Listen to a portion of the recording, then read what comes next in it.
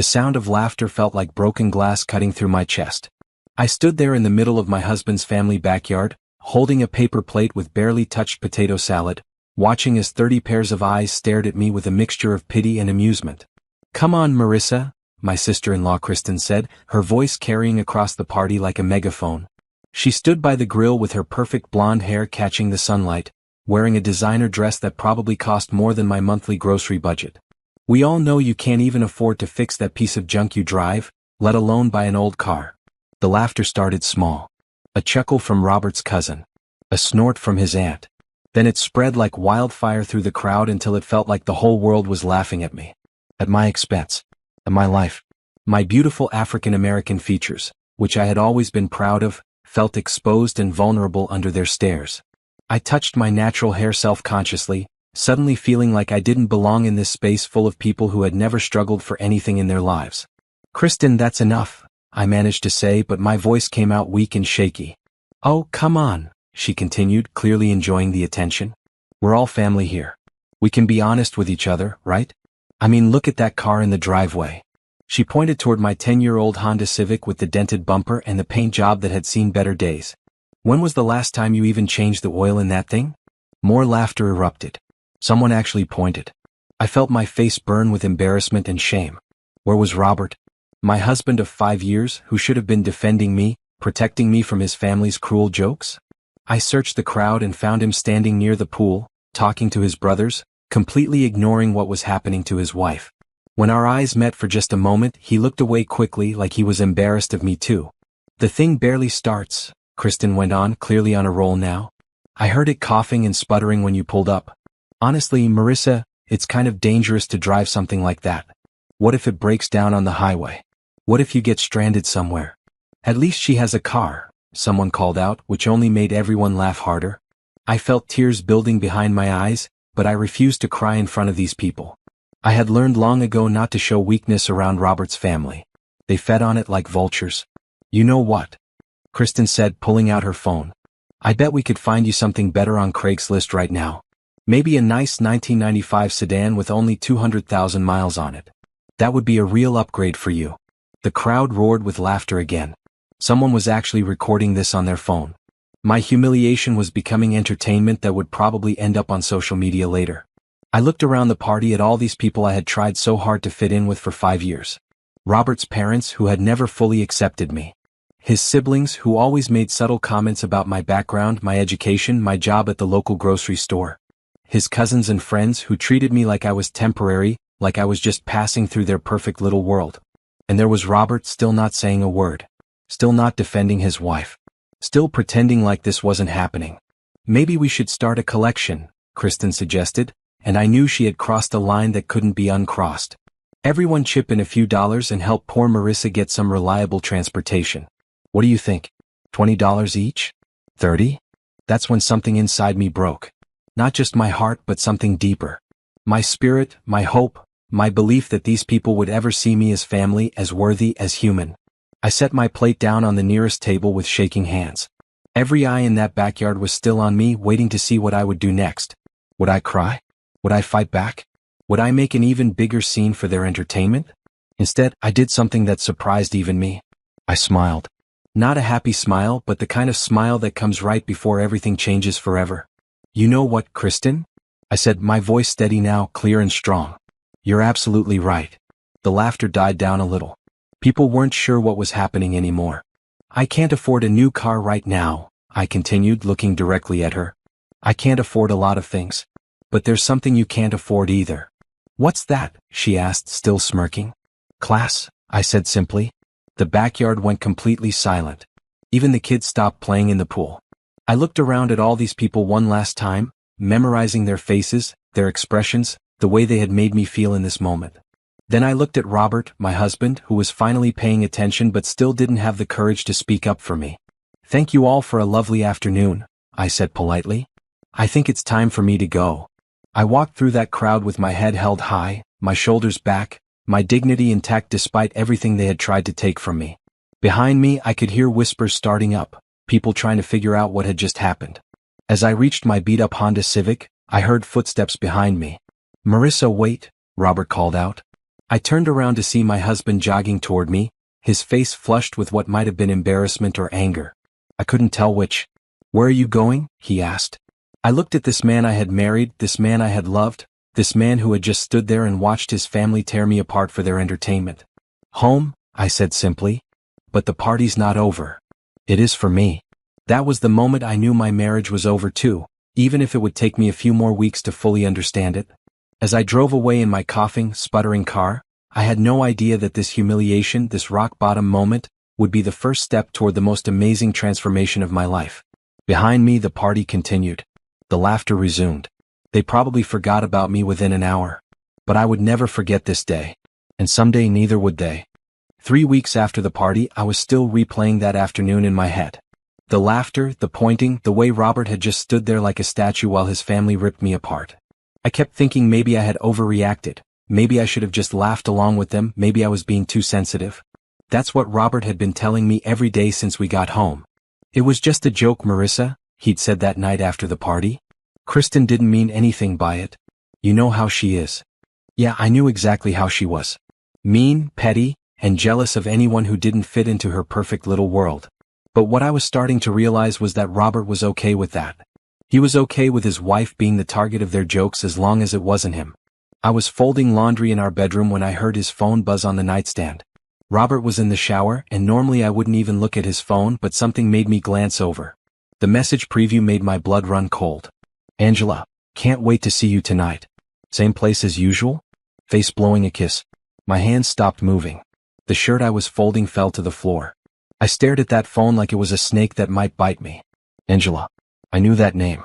She worked with Robert at his accounting firm. Pretty, young, single Angela who had been to our house for work events. Angela who always seemed a little too friendly with my husband. Angela who Robert had mentioned working late with on several occasions recently. My heart was pounding so hard I could hear it in my ears. I picked up the phone with shaking fingers. It wasn't locked. Robert had never hidden anything from me before. Or so I thought. The message thread between Robert and Angela went back months. Months of planning secret meetings, romantic messages, intimate photos. My husband had been cheating on me for 6 months, and I had been completely clueless.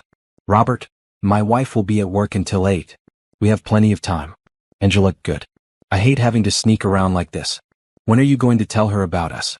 Robert, soon. "I just need to figure out the right time. She's been so emotional lately." Emotional. Like any woman wouldn't be emotional after being humiliated in front of 30 people by her husband's family. I scrolled up further, my stomach churning with each message I read. "Angela, your sister is right though. Marissa really doesn't fit in with your family. She's so different." Robert, I know. I've been thinking about that a lot lately. Maybe Kristen was doing me a favor at the party. Showing me what everyone really thinks. Angela, you deserve better than someone who can't even take care of herself. Look at that car she drives. It's embarrassing. Robert, tell me about it. I cringe every time we pull up somewhere together. The betrayal cut so deep I couldn't breathe. Not only had my husband been cheating on me, but he had been discussing our private life with his mistress. He had been letting her and his family tear me down while he nodded along in agreement. I heard the shower turn off and quickly put the phone back where I found it. I stood there in our bedroom, surrounded by half-folded laundry, trying to process what I had just learned. 5 years of marriage. 5 years of trying to fit in with his family. 5 years of working 2 jobs to help pay our bills while Robert complained that I wasn't contributing enough. 5 years of believing that he loved me, that we were building a life together. All of it had been a lie. Robert walked out of the bathroom with a towel around his waist, humming some song like he didn't have a care in the world. "Hey babe," he said casually. "I'm going to have to work late tonight. Big project deadline coming up." I looked at my husband, really looked at him, and saw a stranger. This man who I had shared my bed with, my dreams with, my heart with, was a complete stranger to me. "Okay," I said quietly. He kissed my cheek like he had 1,000 times before, but now it felt like poison on my skin. After he left, I sat on our bed and cried. Not just for the affair, but for everything. For the years I had wasted trying to be someone I wasn't to please people who would never accept me. For the dreams I had put aside to support his career. For the way I had let them make me feel small and worthless and not enough. But as the tears dried, something else grew in their place. Anger. Not the hot, explosive kind, but the cold, calculating kind that leads to real change. I called my best friend Zoe, the only person in my life who had always been honest with me about Robert and his family.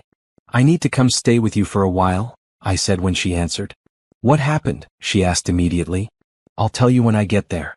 But Zoe? I'm done. I'm completely done. That night, while Robert was with Angela, I packed my things. Not everything. I didn't want him to know I was leaving until I was already gone.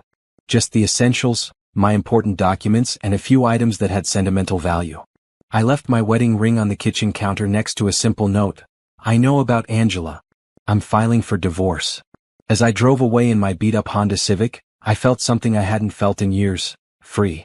I had no idea what came next. I had no real money, no plan, nowhere to go except Zoe's couch. But for the first time in 5 years, I was making a choice for myself, not trying to please someone else. The woman who had been humiliated at that family party 3 weeks ago was gone. She had died the moment I read those text messages. What was rising from her ashes was someone entirely new. Someone who would never again let anyone make her feel like she wasn't enough. Someone who was about to discover that she was capable of so much more than she had ever imagined.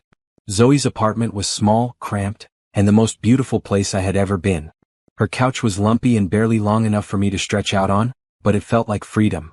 Girl, you should have left that man years ago, Zoe said, handing me a cup of tea and settling into her favorite chair. I've been biting my tongue, but his family treated you like garbage from day one. Zoe was my opposite in every way, short where I was tall, loud where I was quiet, impulsive where I was cautious. We had been best friends since college, and she was the only person who had never asked me to change who I was to fit in somewhere else. I kept thinking it would get better, I said, pulling the blanket tighter around myself. I thought if I just tried harder, if I was nicer, if I contributed more. Stop right there, Zoe interrupted. You were never the problem, Marissa. They were. And Robert was the biggest problem of all for letting it happen. My phone had been buzzing all evening with calls and texts from Robert. I had turned it off after reading the first few messages. Where did you go? This is crazy. We need to talk. You're overreacting. It's not what you think. Come home so we can work this out. But there was no working this out. Some lines, once crossed, change everything forever. The next morning I started looking for a job. I had been working part-time at a grocery store which barely covered my personal expenses, but now I needed something full-time, something that could help me start building my own life. There's a boutique downtown that's hiring, Zoe mentioned over breakfast. It's called Threads and Dreams. The owner is this cool older lady named Patricia. She might be willing to work with your schedule. I had always loved fashion, but it had been a luxury I couldn't afford. Robert thought my interest in clothes and design was frivolous, a waste of time and money. I had a degree in business, but my real passion had always been creating beautiful things. Patricia turned out to be a tiny woman in her 60s with silver hair and the most amazing collection of vintage jewelry I had ever seen. Her shop was small but filled with unique pieces, the kind of clothes that told stories.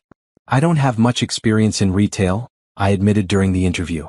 But you have an eye, Patricia said, studying me carefully. I can teach you about sales and inventory. I can't teach someone to see beauty and understand how clothes should fit and move with a woman's body. You have that naturally. She hired me on the spot. The divorce papers came through faster than I expected. Robert didn't fight it. I think he was relieved. He got to keep the house and most of our shared debt. I got my freedom and my beat-up Honda Civic. Are you sure about this? The lawyer asked. You could be entitled to more. I don't want more, I said. I just want out. What I didn't tell the lawyer was that I wanted to owe Robert nothing. I wanted to start completely fresh with only myself to depend on. Working at Threads and Dreams was like discovering a part of myself I had forgotten existed. I loved helping women find clothes that made them feel confident and beautiful. I loved learning about different fabrics and cuts and colors. Most of all, I loved the way Patricia let me contribute my own ideas about styling and window displays. You know, Patricia said one afternoon as we were closing up, I've been thinking about expanding into custom alterations. I think you might be good at that. I had been secretly altering my own clothes for years, taking thrift store finds and making them fit better, adding details that made them unique. It was something I did just for fun, but Patricia had noticed. I don't have any formal training, I said. Neither did I when I started, she replied. But I have a good feeling about you, Marissa. You have something special. You just need to believe it yourself. That night, I sat on Zoe's couch with my laptop, researching fashion design programs and alteration techniques. For the first time in months, I felt excited about something. Not nervous, not scared, just pure excitement. What's got you smiling like that?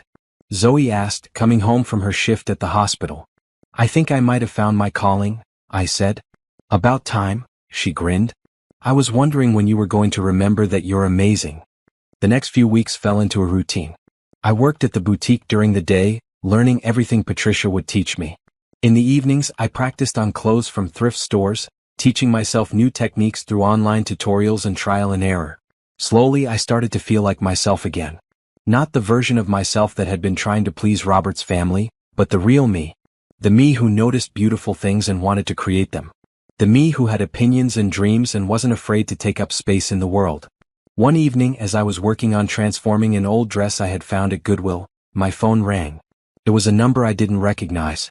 Hello? Marissa? It's Kristen. My sister-in-law's voice made my stomach clench.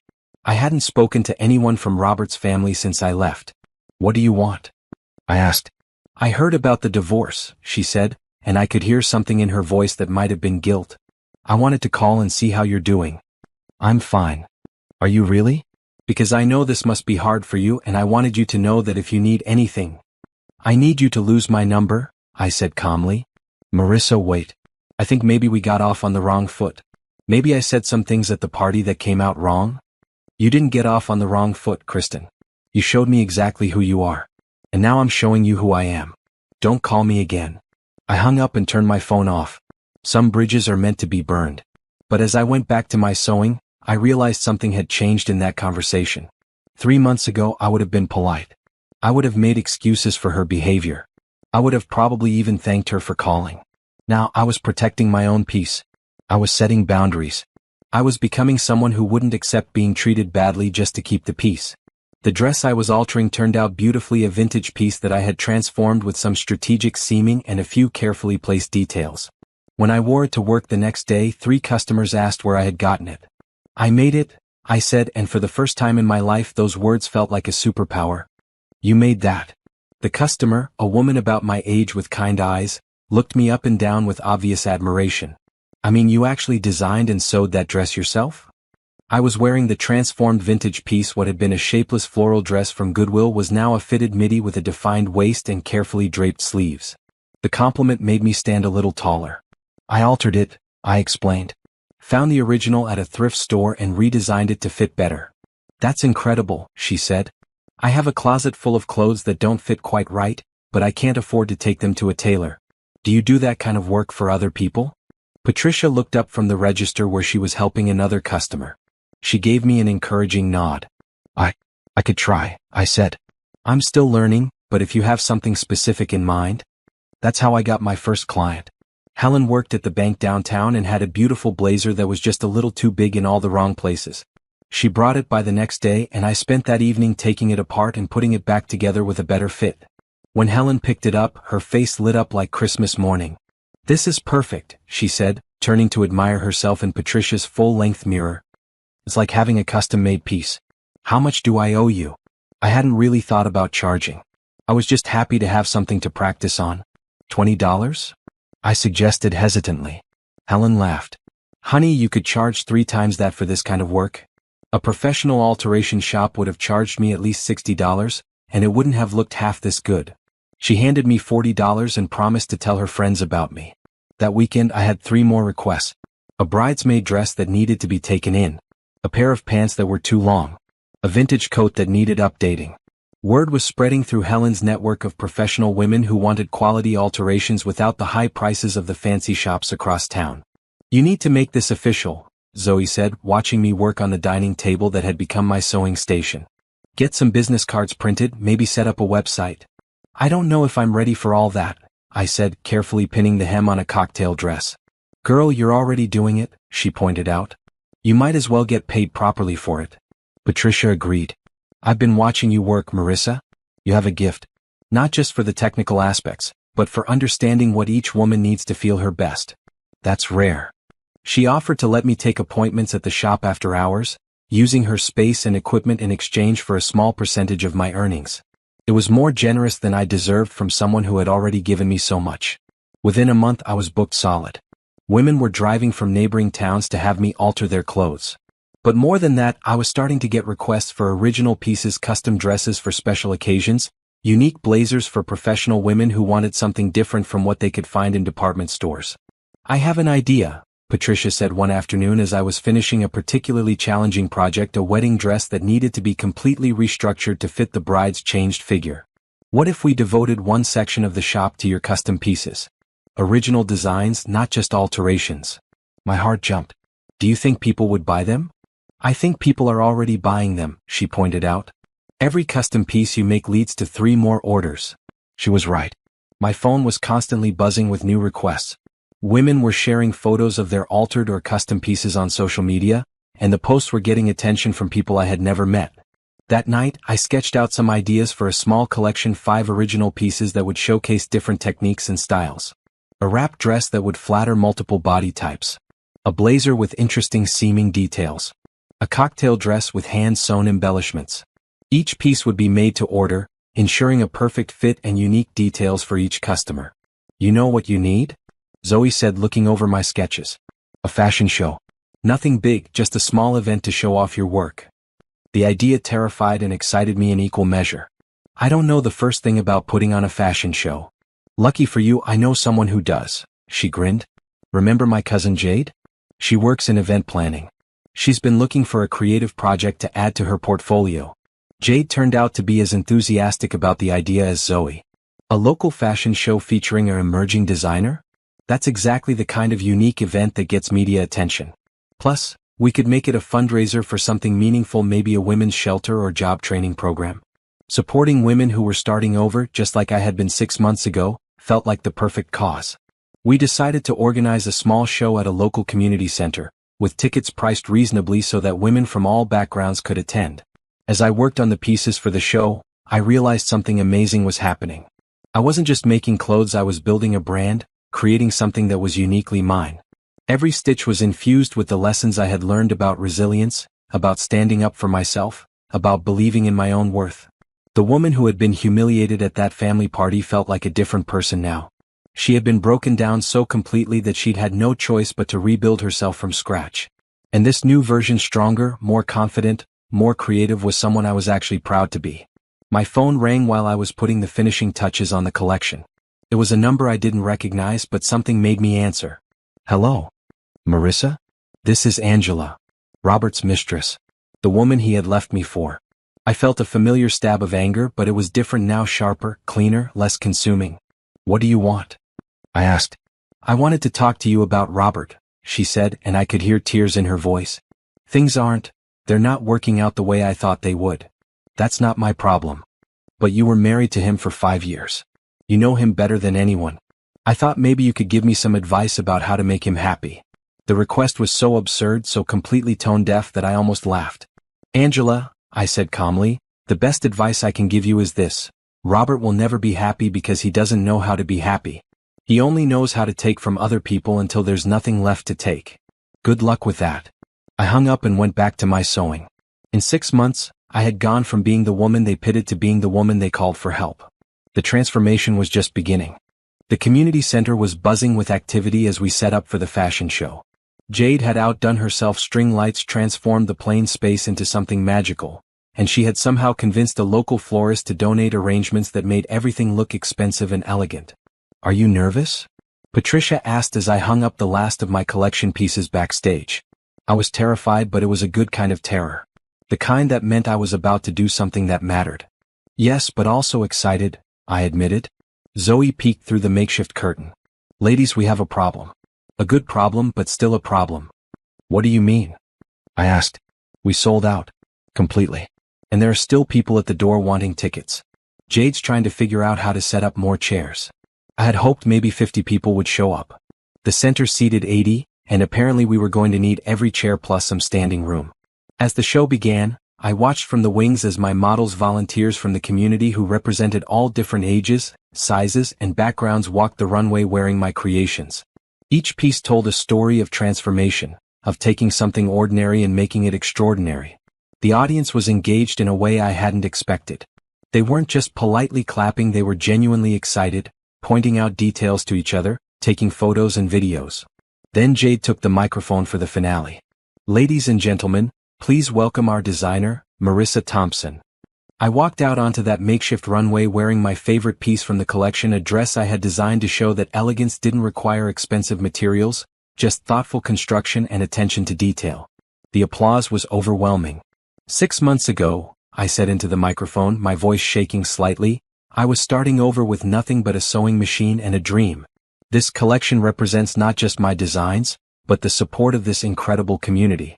Thank you for believing in me when I was still learning to believe in myself. As the crowd cheered, I noticed someone in the back row recording with a professional-looking camera. Just another proud family member, I thought. The next morning, I woke up to Zoe shaking my shoulder. Marissa, wake up. You need to see this. She shoved her phone in my face. On the screen was a video of me from the night before, with text overlay that read, Local designer's incredible journey from divorce to dream career. Who posted this? I asked, still half asleep. Check the account name. @celebstyle_Chicago had over 50,000 followers. The video of my show already had 10,000 views and hundreds of comments. My phone started ringing immediately. The first call was from a woman who had seen the video and wanted to order 3 custom dresses. The second was from a local newspaper wanting to do a feature story. The third was from someone claiming to be a celebrity stylist. I think that might be real, Zoe said, looking up the stylist's credentials on her laptop. She works with some pretty big names in Chicago. When I called back, the stylist, Carmen, was enthusiastic and professional. I was at your show last night, she explained. My friend Jade invited me. She's done events for some of my clients. I was blown away by your work. The construction quality, the fit, the attention to detail. It's exactly what I've been looking for. She had a client, a up-and-coming actress named Lauren who had just landed a role in a major network TV show, who needed a custom dress for a red carpet premiere the following week. The budget is $5,000, Carmen said casually. I nearly dropped the phone. $5,000 was more than I had made in the previous 2 months combined. The catch is, we need it by Friday. I know that's incredibly short notice, but Lauren saw your video and specifically requested you. She loves supporting emerging designers, especially women building their own businesses. That week was a blur of fabric shopping, sketching, cutting, and sewing. I barely slept, surviving on coffee and the pure adrenaline of creating something that would be photographed and seen by thousands of people. The dress was a midnight blue silk with subtle beading that caught the light beautifully. It was fitted through the bodice with a flowing skirt that moved like water. Every seam was perfect, every detail carefully considered. When Lauren tried it on for the final fitting, she actually gasped. This is the most beautiful dress I've ever worn, she said, turning in front of the mirror. It's like you designed it specifically for my body. I had studied photos of her, taken careful measurements, and constructed every element to enhance her best features. Carmen was equally impressed. This is red carpet quality, she said. Museum quality, actually. Where did you learn to construct garments like this? I taught myself, I admitted. Unbelievable. I have 5 other clients who are going to want your work after they see Lauren in this dress. The premiere was on a Friday night. I watched the live stream from Zoe's couch, holding my breath as Lauren stepped out of her car onto the red carpet. The dress looked even more stunning under the professional lighting and camera flashes. Within an hour, fashion bloggers were posting about the dress. Who is Marissa Thompson? One headline read. The designer everyone will be talking about. My phone didn't stop ringing all weekend. Orders, interview requests, collaboration offers. Patricia had to hire someone else to help manage the boutique because I was getting so many custom orders. You know what this means, right? Zoe said Sunday evening as I tried to catch up on paperwork. What? You're going to need your own space soon. This whole operation is getting too big for Patricia's back room and my dining table. She was right. I had gone from 0 to completely overwhelmed in the span of a single week. It was exciting and terrifying and exactly what I had never dared to dream possible. As I looked at all the orders spread out across the coffee table, I realized something that made me smile. 6 months ago, Kristen had humiliated me by pointing out that I couldn't afford an old car. Now I was making more money in a week than I used to make in 6 months. But more than the money, more than the success, I was doing work that mattered. Every dress I made helped a woman feel beautiful and confident. Every order was proof that I was building something real and valuable with my own 2 hands. The woman who had driven away from that family party in her beat-up Honda Civic was gone forever. The woman taking her place was just getting started. Finding the right space took 3 weeks of looking at everything from converted warehouses to strip mall units. What I finally fell in love with was a bright, airy storefront in the arts district downtown, big windows, high ceilings, and enough space for a design studio, fitting rooms, and a small retail area. It's perfect, I told the landlord, but I can't afford the deposit right now. I expected him to show me the door, but instead he smiled. You're the designer everyone's been talking about, aren't you? The one who made that dress for Lauren Martinez. When I nodded, he offered me a deal. Pay what you can now and we'll work out a payment plan for the rest. I believe in supporting local artists, and I think having your shop here will bring good energy to the whole block. Within a month, I had transformed the empty space into something that looked like it belonged in a fashion magazine.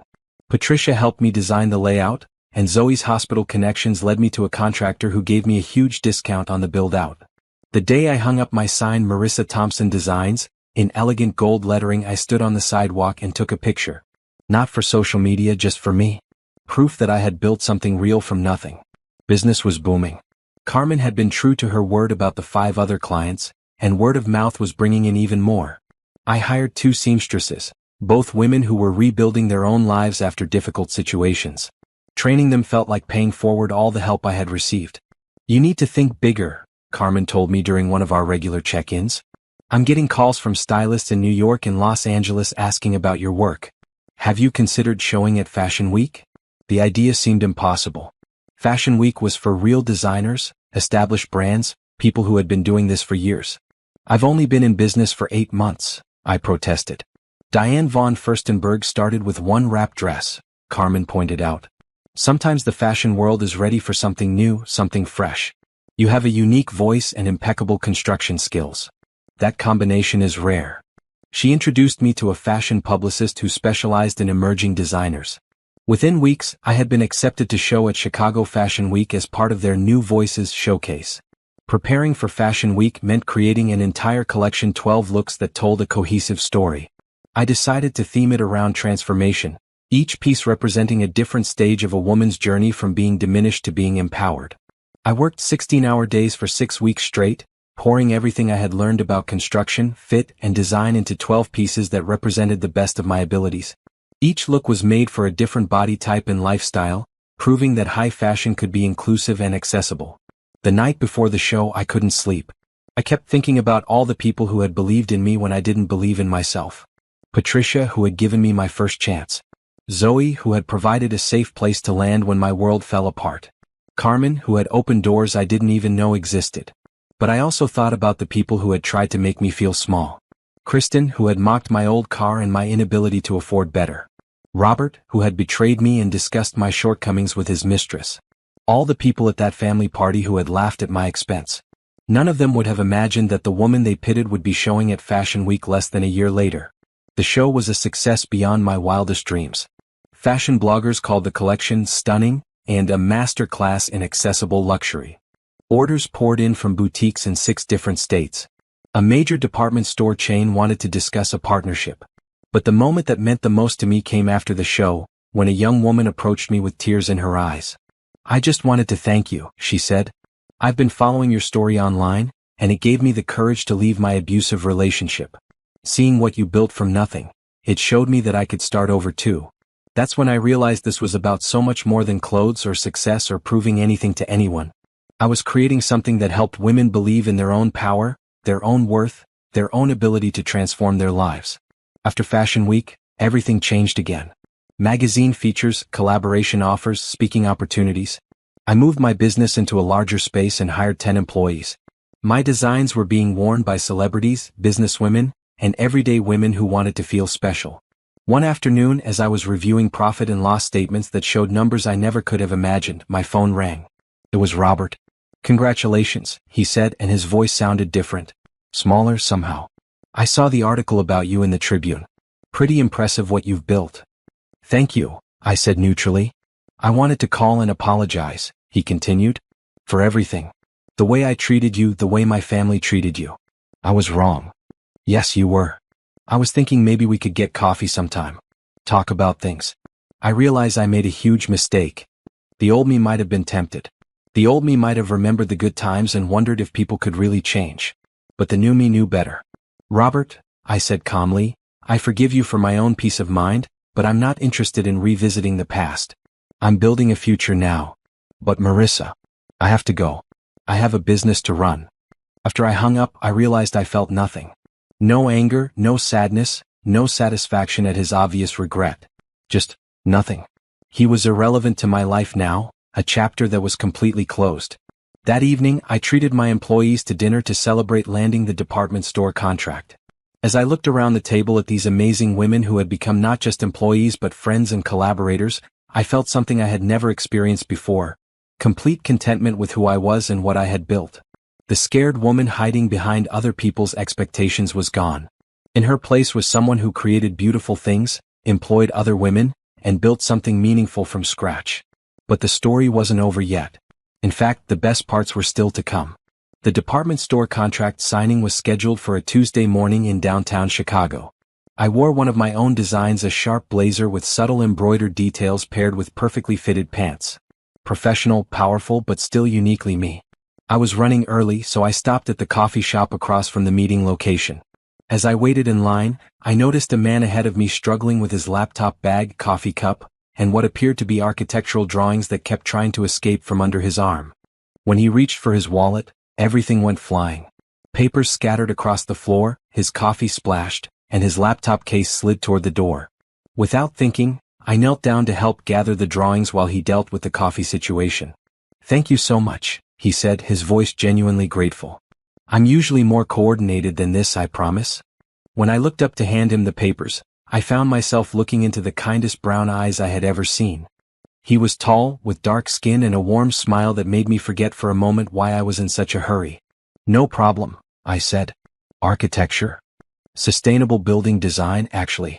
I'm Tyler Johnson." He extended his hand, and when I shook it, I felt something I hadn't experienced in years. Not the desperate attraction I had felt for Robert, but something steadier, more grounded. "Marissa Thompson, the fashion designer?" he asked, his eyes lighting up with recognition. "I just read about your department store deal in Cranes. Congratulations." I was surprised and flattered that he knew who I was. "Thank you. And thank you for the paper rescue. Let me buy you a coffee as a proper thank you," he offered. I promised not to drop anything else. I checked my watch. I still had 15 minutes before my meeting. "Just a quick one," I agreed.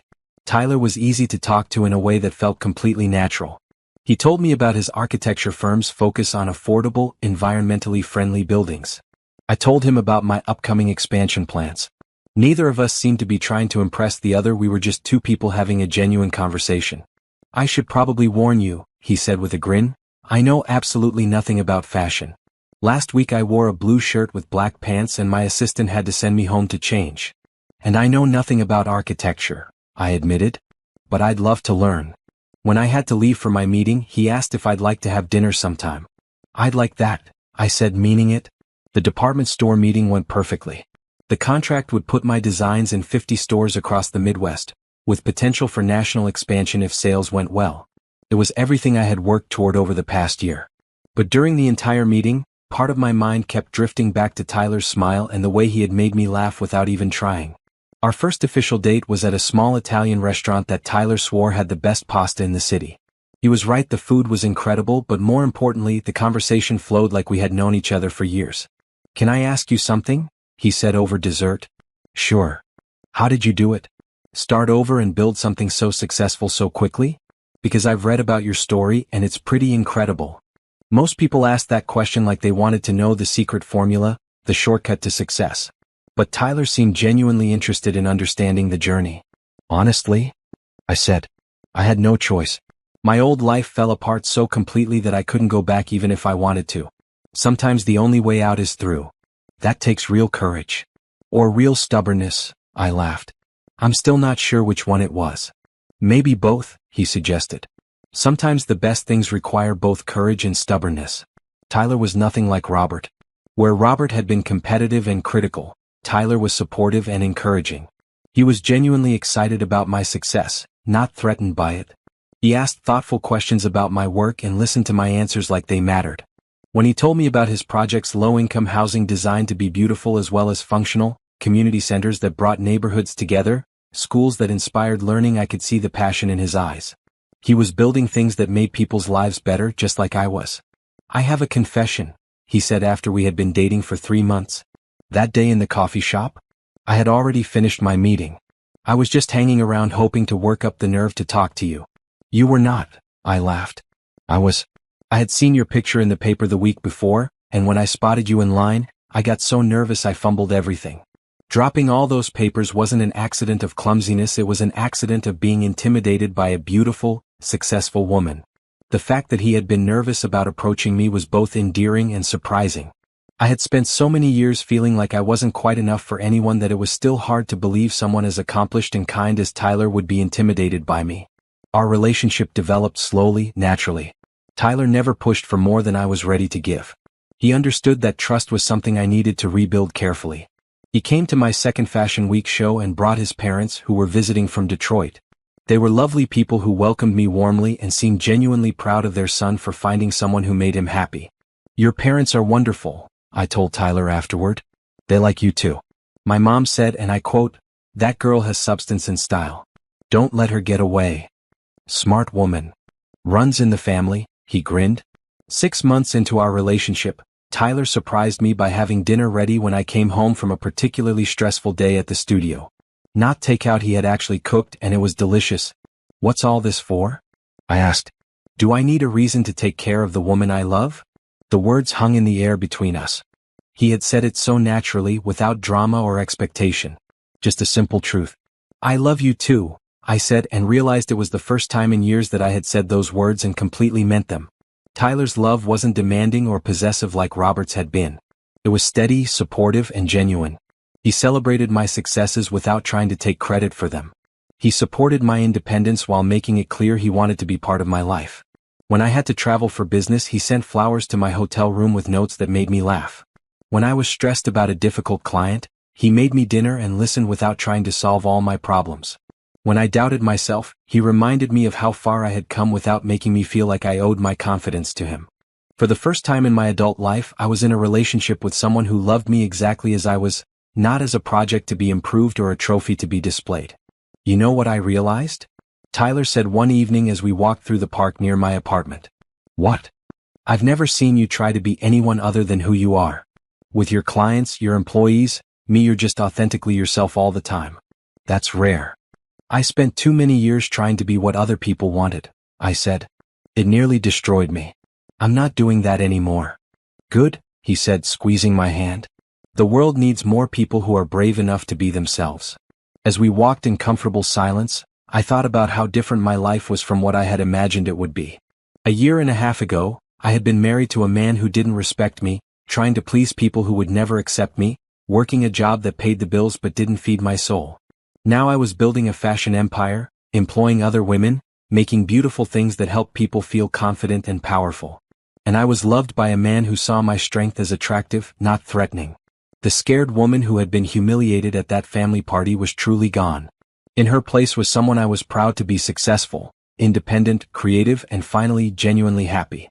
But I was about to learn that when you rise from the ashes, sometimes the people who burned you down come looking for warmth from the fire you've built. The first sign that Kristen's life was falling apart came through Patricia, who heard it from a customer who knew someone who worked at Kristen's real estate office. "Word is she's lost 3 major clients in the past month," Patricia told me as I worked on a particularly intricate beading project. Something about missed deadlines and unprofessional behavior. I felt a small twinge of something that might have been satisfaction, but mostly I was focused on my work. Kristen's problems weren't my problems anymore. That changed when she showed up at my studio. I was working late on a rush order when I heard the bell over the front door chime. My employees had all gone home and I wasn't expecting anyone. "Marissa?" Kristen's voice called out. I looked up from my sewing machine to see my former sister-in-law standing in my lobby, looking around at the elegant space I had created. She looked different, thinner, more tired, her usually perfect hair slightly messy. "We're closed," I said simply, not moving from my workstation. "I know. I waited until I saw your employees leave. I needed to talk to you privately." "About what?" She approached slowly, like she was afraid I might run away. "About everything. About the party, about Robert, about how badly I treated you." I set down my work and really looked at her. The confident, cruel woman who had humiliated me 18 months ago was gone. In her place was someone who looked broken, desperate. "I'm listening," I said, though I made no move to make this conversation more comfortable for her. I lost everything, she said, and her voice cracked. My business is failing. Tom filed for divorce last month. I might lose the house. And I know it's karma, I know it's what I deserve, but I didn't know where else to turn. I waited. This wasn't my problem to solve. I see how successful you've become, she continued. How you built all this from nothing. I was wondering if maybe you might have some work for me or advice or what? I asked. Or maybe you could forgive me enough to help me figure out how to start over. The request was so audacious, so completely tone-deaf that I almost laughed. This was the woman who had publicly humiliated me, who had mocked my poverty, who had treated me like I was less than human. Now she wanted my help. Kristen, I said calmly, do you remember what you said to me at that party? She looked down at the floor. I said a lot of things I shouldn't have said. You said I couldn't afford an old car. You suggested taking up a collection to help poor Marissa get reliable transportation. You made 30 people laugh at my expense while my husband stood there and said nothing. I know. I was horrible. I was jealous and mean, and I've regretted it every day since. No, you haven't, I said, standing up now. You regretted it when your own life started falling apart and you realized you might need something from me. If I was still working at the grocery store and driving that same beat-up Honda, you wouldn't be here apologizing. You'd still think I deserved what happened to me. That's not true. It is true. You want to know how I built all this? I gestured around the studio. It started with refusing to accept being treated badly. It started with walking away from people who thought I was less than. It started with protecting my peace and my energy instead of wasting it on people who didn't deserve it. Kristen started crying then, but they weren't tears that moved me. They were the tears of someone who had finally faced consequences for their actions. I know I don't deserve your help, she said. But I didn't know where else to go. That's not my problem to solve, I said firmly. You spent years making me feel small and worthless. I'm not going to help you now just because the tables have turned.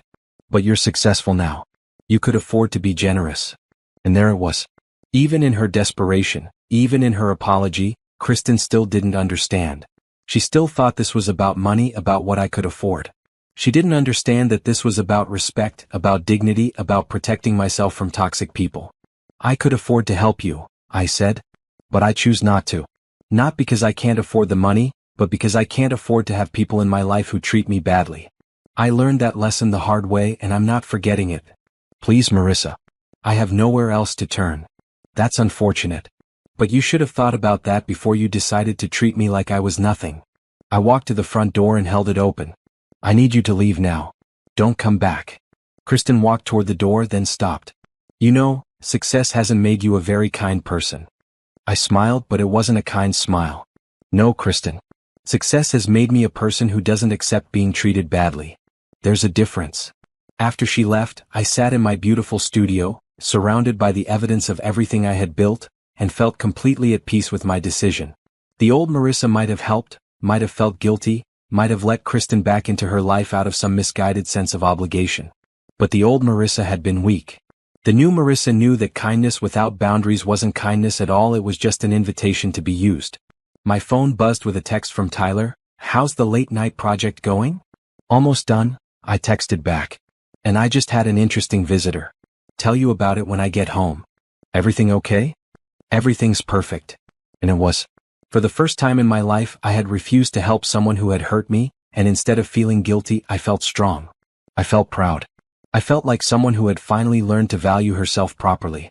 The next week brought news that Kristen's real estate license had been suspended for ethics violations. The week after that, I heard through Patricia that she was working at a department store in customer service. I felt no satisfaction in her downfall, but I felt no guilt either. Some people destroy their own lives through their choices, and it's not anyone else's responsibility to save them from the consequences. Meanwhile, my business continued to grow. The department store partnership was exceeding all expectations. I was being courted by investors who wanted to help me expand nationally. Magazine editors were calling me a rising star in American fashion. Tyler and I had been talking about moving in together, maybe buying a house. Real estate agents were showing us beautiful properties in neighborhoods I never could have afforded to live in before. One afternoon, as I was reviewing plans for my next Fashion Week collection, my assistant knocked on my office door. There's someone here to see you, she said. Says his name is Robert. I should have told her to send him away. Instead, curiosity got the better of me. Send him in. Robert looked terrible. He had gained weight, his skin was pale, and his clothes looked like he had slept in them. This was not the confident, put-together man I had married. "Hello, Marissa," he said quietly. "Robert." He sat down across from my desk without being invited, looking around at my office with what might have been awe. "This is incredible," he said. "What you've built. I always knew you were talented, but this." "Did you need something?" I asked. "Angela left me," he said bluntly. "Took half my savings and moved to California with someone she met online. My job performance has been awful since you left. I can't focus, can't sleep. I think I might be having a breakdown." I waited. "This still wasn't my problem. I made the biggest mistake of my life when I let you go," he continued. "I thought I wanted something different, something easier, but what I really wanted was just what I had with you. I want to try again." "No," I said simply. "Marissa, please. I know I screwed up, but I can change. I can be better. I can be the husband you deserved." "Robert," I said, standing up, "I don't want you to be a better husband. I don't want you to be any kind of husband to me.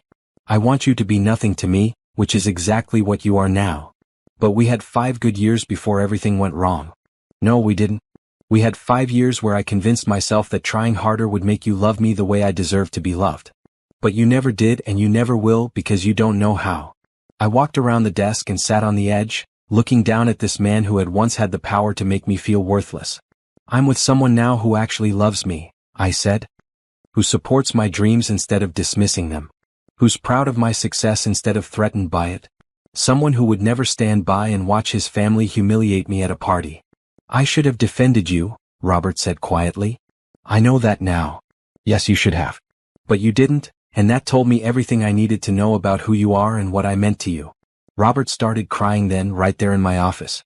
Real tears, not manipulation. "I don't know how to live without you," he said.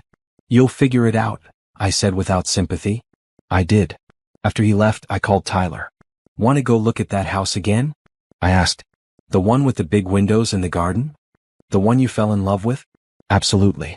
"Did something happen?" "I'll tell you about it later." "But Tyler? I want to make an offer. I want to start our life together properly." "Are you sure?" "I'm sure about everything now," I said, looking around at the business I had built, thinking about the man who loved me for exactly who I was, remembering the strength it had taken to refuse to help the people who had hurt me. I've never been more sure of anything in my life. The house Tyler and I bought was everything I had never dared to dream of. Modern but warm, with huge windows that let in natural light, perfect for sketching, and a converted garage that would make an ideal home design studio. When we signed the papers, I thought about the woman who had been mocked for not being able to afford an old car. Now I owned a home worth more than Robert would make in 5 years. But the real milestone came 6 months later when Vogue called. "We'd like to feature you in our annual Designers to Watch issue," the editor said. "Your story is exactly what our readers want to hear: resilience, creativity, American entrepreneurship." The photo shoot was surreal. Professional hair and makeup, designer clothes, my own naturally, and a photographer who treated me like I was already famous. When the magazine came out 3 months later, with me on a full page wearing my signature blazer design, I bought 10 copies. "Look at you," Tyler said, admiring the spread. "My girlfriend, the fashion mogul." "Soon-to-be fiancé fashion mogul," I corrected him with a grin. He had proposed the month before. With a ring he had designed himself a unique setting that reflected light like the beading on my favorite dress design. The wedding was planned for the following spring, a small ceremony in our garden with just the people who had supported us through everything. The Vogue article led to even more opportunities.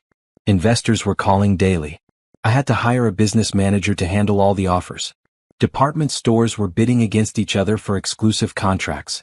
But the opportunity that excited me most came from an unexpected source: the local women's shelter where we had donated proceeds from my first fashion show. "We've been getting calls from women all over the country," the director told me. "They've read about your story and they want to know if we have more programs like our job training initiative. They want to learn what you learned: how to start over, how to build something from nothing." That's how the Marissa Thompson Foundation was born. We started with a simple concept: teach women practical skills they could use to build independent lives.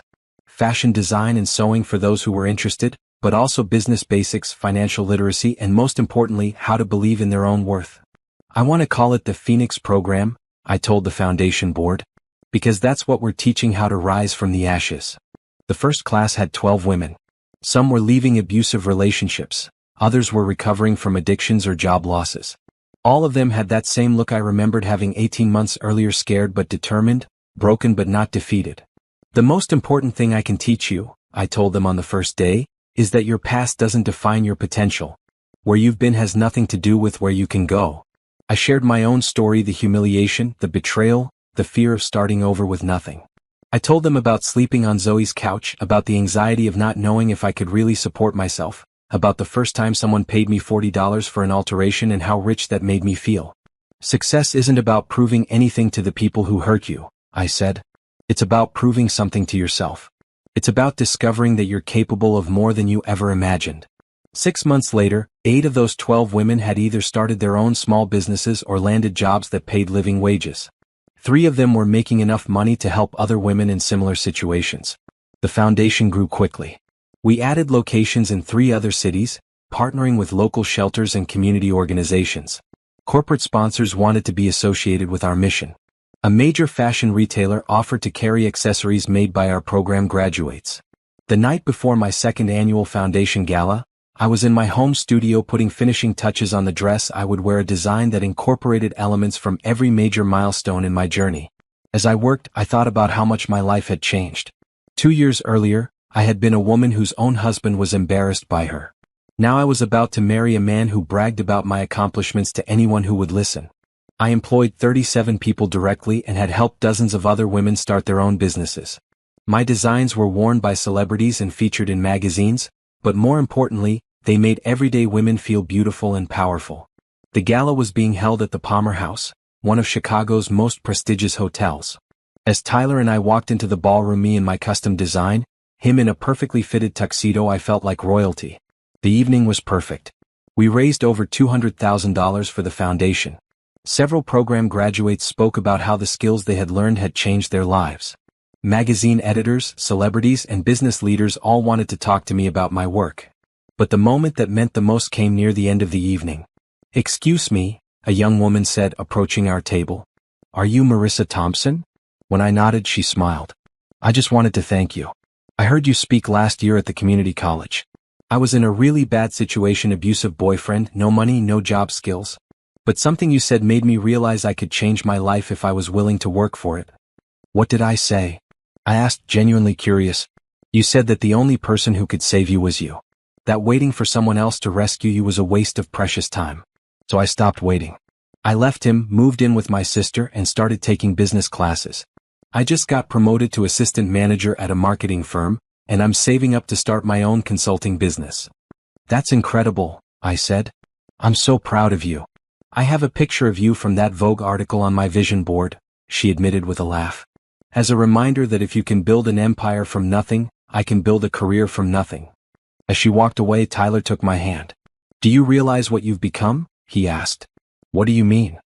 "You've become the person you needed when you were at your lowest point. You've become the example of what's possible when someone refuses to stay down." He was right. The woman who had been humiliated at that family party was long gone, but she wasn't forgotten. She was the foundation of everything I had built. Her pain had been transformed into power, her humiliation into purpose. As we drove home that night, Tyler told me about a conversation he had overheard at the bar. "2 women were talking about you," he said. "One of them said she had read about your story online and it inspired her to leave a job where she was being mistreated. The other said she had started her own business after hearing you speak at that women's conference last month." "Really? Really? You're changing people's lives just by being visible, just by showing what's possible. That's pretty amazing." The next morning, I woke up early and went to my studio to work on designs for the spring collection. As I sketched, I thought about the journey that had brought me here. Every setback, every betrayal, every moment of doubt had been necessary to build the strength and wisdom I needed to create something meaningful. My phone buzzed with a text from an unknown number. For a second, I worried it might be Kristen or Robert again, but the message made me smile. "Miss Thompson, I was in your Phoenix program last year. Just wanted you to know I opened my own bakery yesterday. Named it Rising Dough, because you taught me that we all rise in our own time. Thank you for showing me how to believe in myself." I screenshotted the message and added it to a folder on my phone labeled "Why I Do This." It was filled with similar messages from women whose lives had been changed by the foundation, by hearing my story, or simply by seeing that it was possible to rebuild your life completely. The scared woman who had driven away from that family party in her beat-up Honda Civic had become someone who helped other women find their own strength. The victim had become the victor, not through revenge but through resilience. And this was just the beginning. The invitation arrived on a Tuesday morning, addressed in elegant calligraphy that I recognized immediately. Robert's mother had always prided herself on her penmanship. Mr. and Mrs. William Henderson request the pleasure of your company at their 40th wedding anniversary celebration. I almost threw it away without reading the rest, but curiosity got the better of me. The party was being held at the same country club where I had been humiliated 3 years earlier. The same backyard, the same family, probably even the same caterer. Are you going? Tyler asked when I showed him the invitation. I don't know, I said honestly. Part of me wants to see how much everything has changed. Part of me thinks it's better to just leave the past in the past. What would make you feel stronger? He asked. Going or not going? That was Tyler's way. He never told me what to do, but he always asked the right questions to help me figure it out myself. I thought about it for a week. The woman who had left that party 3 years ago had been broken, defeated, convinced that she was less than everyone else in that family. The woman I was now was successful, confident, and completely secure in her worth. Maybe it was time to show them the difference. I'm going, I told Tyler. We're going. I want them to see what they tried to destroy, and I want them to see that it became something beautiful. The RSVP card was simple. Marissa Thompson and Tyler Johnson will attend. I spent weeks planning my outfit for the party. Not because I was nervous, but because I wanted to make a statement. I designed a dress specifically for the occasion, midnight blue silk that made my skin glow, with subtle beading that caught the light when I moved. Every line was perfect, every detail was intentional. It was a dress that cost more than most people's monthly rent, and it looked like it. Tyler wore a custom tuxedo from his favorite tailor. Together we looked like we belonged on a red carpet, not in a suburban backyard. The night of the party I felt completely calm. No anxiety, no anger, no need to prove anything. I was simply curious to see how the people who had once made me feel small would react to who I had become. You ready for this? Tyler asked as we pulled up to the country club in his Tesla. I was ready 3 years ago, I said. I just didn't know it yet. The party was exactly as I remembered, too many people. Too much alcohol, too much fake laughter. But this time when I walked in, the laughter stopped. Conversations halted mid-sentence. People actually stopped eating to stare. I heard whispers following us as Tyler and I made our way through the crowd. Is that Marissa? She looks incredible. I heard she's worth millions now. That dress must have cost a fortune. Robert's mother was the first to approach us, her face a mixture of surprise and something that might have been regret. Marissa, she said carefully. You look wonderful. Thank you for coming. Thank you for inviting us, I replied graciously. This is my fiancé, Tyler Johnson. Tyler charmed her immediately, as he did with everyone. He was confident without being arrogant, friendly without being fake. Within minutes, she was laughing at his jokes and asking about his architecture firm. As we mingled, I watched people's reactions to us. Some were genuinely happy to see me successful. Others seemed uncomfortable, probably remembering how they had treated me before. A few tried to act like nothing had ever happened, like they had always been supportive. But I wasn't there for them. I was there for me, to complete a circle that had been broken 3 years earlier. Then I saw her. Kristen was standing by the dessert table, looking older and more tired than when she had come to my studio begging for help. She was wearing a dress that was obviously off the rack and inexpensive, her hair was slightly unkempt, and she kept glancing around nervously. When our eyes met, she looked away quickly. But I walked over to her. Hello, Kristen, I said. She turned, her face flushing red. Marissa. I didn't think you'd come. I almost didn't. I paused, studying her. How are you doing? I'm managing, she said quietly. Taking things one day at a time. I could have been cruel. I could have made some comment about how the tables had turned, how she had lost everything while I had gained everything. But looking at her, I felt only pity. I hope things get better for you, I said, and I meant it.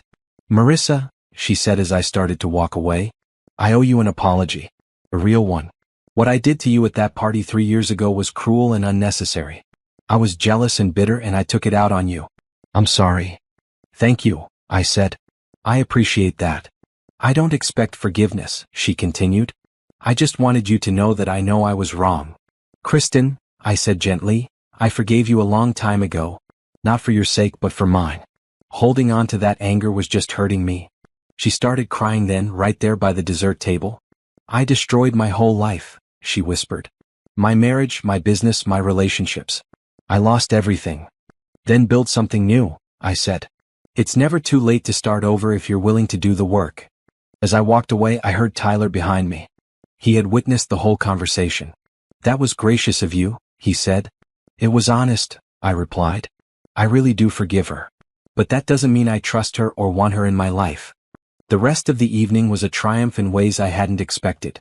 People wanted to hear about my business, my foundation, my upcoming wedding. They asked for my card, invited me to their events, treated me like the successful woman I had become. But the moment I had been waiting for came near the end of the party. Robert's father asked for everyone's attention, just as he had 3 years earlier. The crowd gathered around, drinks in hand, waiting for whatever announcement he was going to make. 40 years ago, he began, I married the most beautiful woman in Chicago.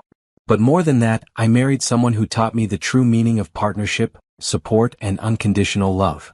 As he spoke about marriage and commitment and standing by each other through good times and bad, I caught sight of Robert across the crowd. He was standing alone, looking miserable, watching his father describe everything he had failed to be as a husband. When his father finished speaking, the crowd began to disperse. That's when it happened, the moment I had been unconsciously preparing for. Robert walked over to us, his hands shaking slightly. Marissa, he said. You look incredible. And successful. I heard about your business, about the magazine features. I'm genuinely happy for you. Thank you, I said simply. This is Tyler, right? I've heard good things about you. Robert extended his hand, which Tyler shook politely. And you're Robert, Tyler replied evenly. Marissa's told me about you. There was an awkward silence. Robert seemed to be waiting for something, forgiveness, closure, or maybe just acknowledgement that he existed. I made a lot of mistakes, Robert said finally. With you, with our marriage, with everything. I realize that now. Yes, you did, I agreed calmly. I just wanted you to know that I'm sorry. For all of it. You deserved better. I did deserve better, I said. And now I have better. I took Tyler's hand and the gesture was unmistakable. This was my partner now, my future, my chosen family. Robert nodded, understanding. Well, he said, I hope you're happy. Really happy. I am, I said. Happier than I ever thought possible. As Robert walked away, Tyler squeezed my hand. How do you feel? He asked. Complete, I said. For the first time in my life, I feel complete. We left the party soon after, driving home through the Chicago streets to the beautiful house we had bought together, the life we were building together. 3 years ago, I had driven away from a similar party in a beat-up Honda Civic, crying and humiliated and convinced that I was worthless. Tonight, I was driving away in a luxury car, wearing a custom dress that cost more than my old monthly salary, engaged to a man who loved me completely, having built a business empire and a foundation that changed women's lives. But more than any of the external success, I was driving away as someone who knew her own worth, someone who refused to be diminished, someone who had learned that the only approval she needed was her own. The scared woman who had been mocked for not being able to afford an old car was gone forever. In her place was someone who could afford anything she wanted, but more importantly, someone who would never again let anyone make her feel like she was less than she deserved to be. As we pulled into our driveway, Tyler turned to me with a smile. So, he said, how does it feel to have your revenge? It's not revenge, I said, looking at the beautiful home we shared, thinking about the business I had built, the women I had helped, the love I had found. It's resurrection. And it was just the beginning of the rest of my life.